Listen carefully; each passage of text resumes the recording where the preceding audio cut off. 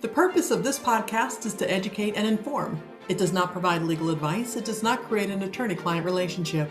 While the host is not a lawyer, the content is overseen by licensed counsel. If you need help with a legal matter, you should always consult with a qualified attorney. We've all done it. Ask ChatGPT or another LLM something random, maybe something like plan my vacation, write an email, explain this concept to me like I'm 5. But lately we have been seeing it being used for a different purpose, people using AI as their legal strategy. And so today we're going to talk about how and why that can go very, very wrong. This is Know Your Regulator. I am your host, Simone Murphy, and to help me break down this trendy problem is Bertolino Law Firm's Associate Attorney Amy Cadwell and Legal Support Manager / Paralegal Extraordinaire Melissa Hooper. They both have firsthand experience unraveling some of the issues that AI can create in these modern age cases. Amy, MJ, thank you guys for joining me. Hey, Simone, it's great to be here. Of course. Thank you for having us. Absolutely. Well, let's kind of set the stage for our audience. Amy, we'll start with you first. Why are people turning to tools like ChatGPT for legal help? It's fast, convenient.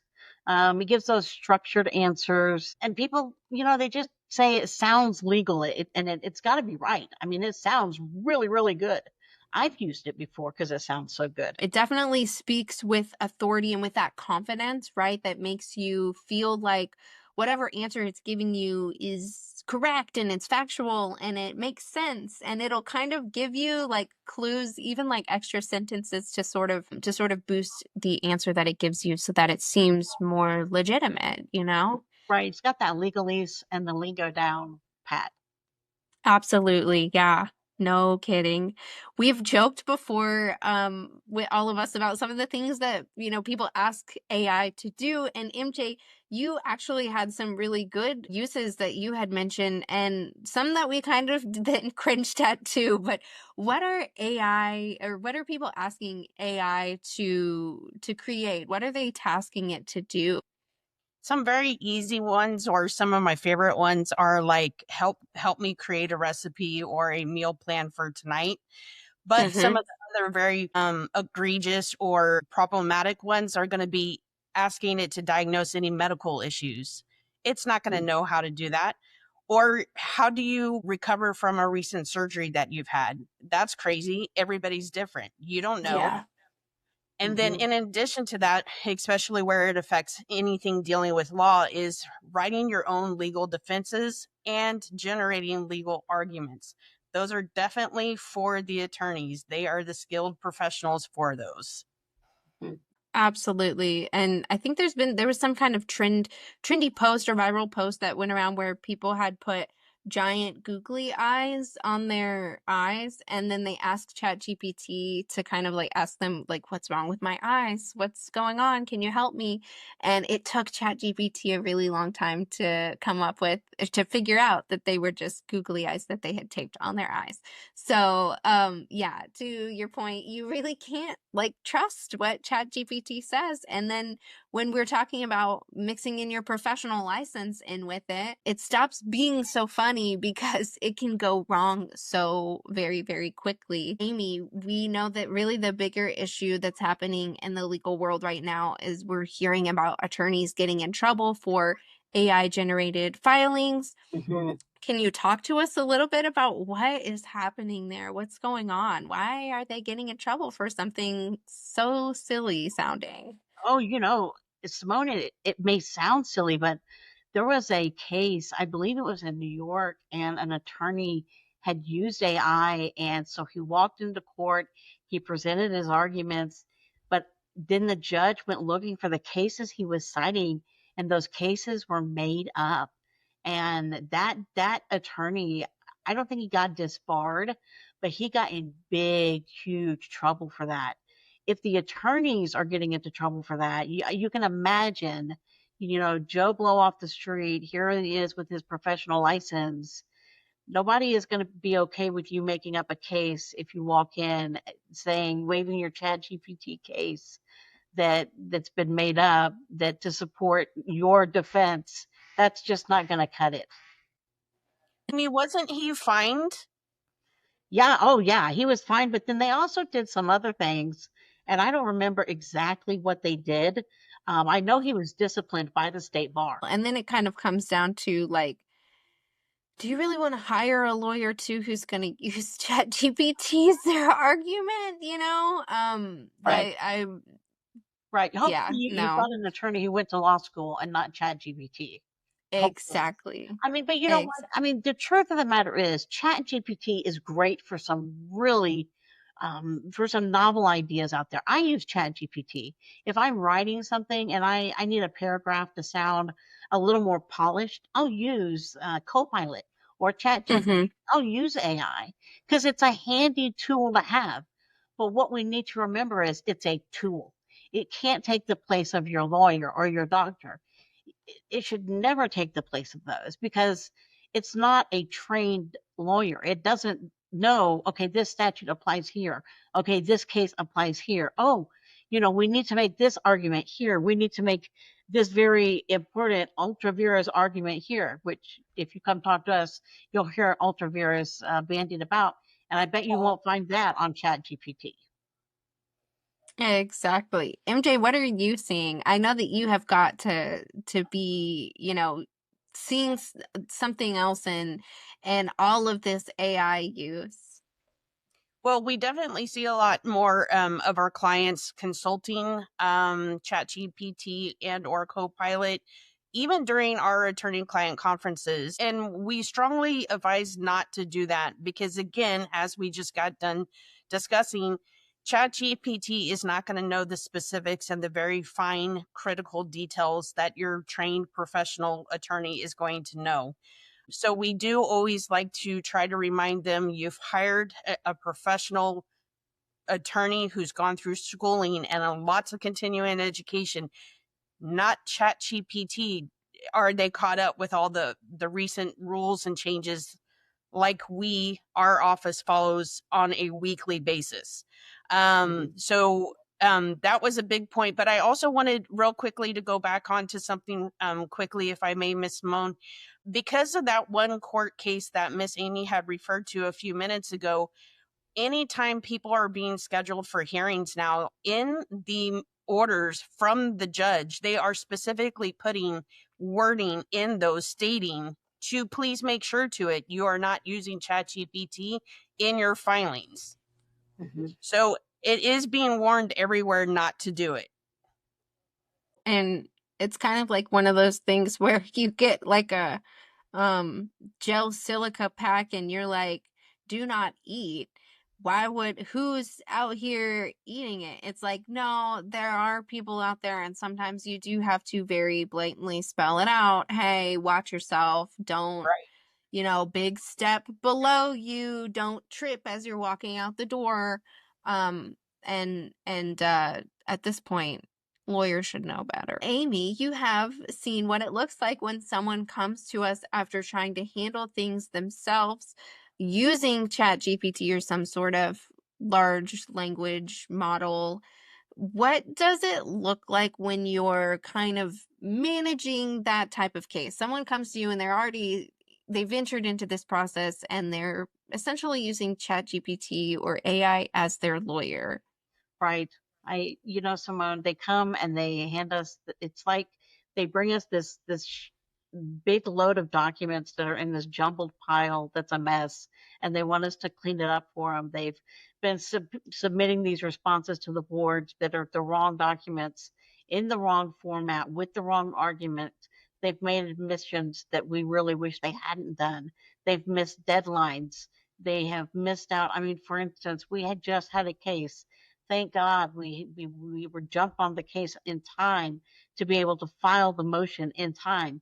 Had we been 1 or 2 days later, we would have missed our opportunity because under there are certain rules. You have to file within certain amount of time period. And there's so many different deadlines. There's so many nuances and intricacies. It's not just there's one law and you have to follow it. It's rules, statutes, and legislation, and I mean, in case law. It's a whole gamut of everything that we are having to put together, and you have to put it all together. These are we're map makers. We're not just, we're not just out there for fun throwing out arguments with each other. Right. So, when you bring us your little pile of your little shred of map, that we'll take it all apart and we'll put it back together and see if we can make it pretty again for the regulator, and see what we can do to put it back together and get you on your way back into your work so that you can and keep going.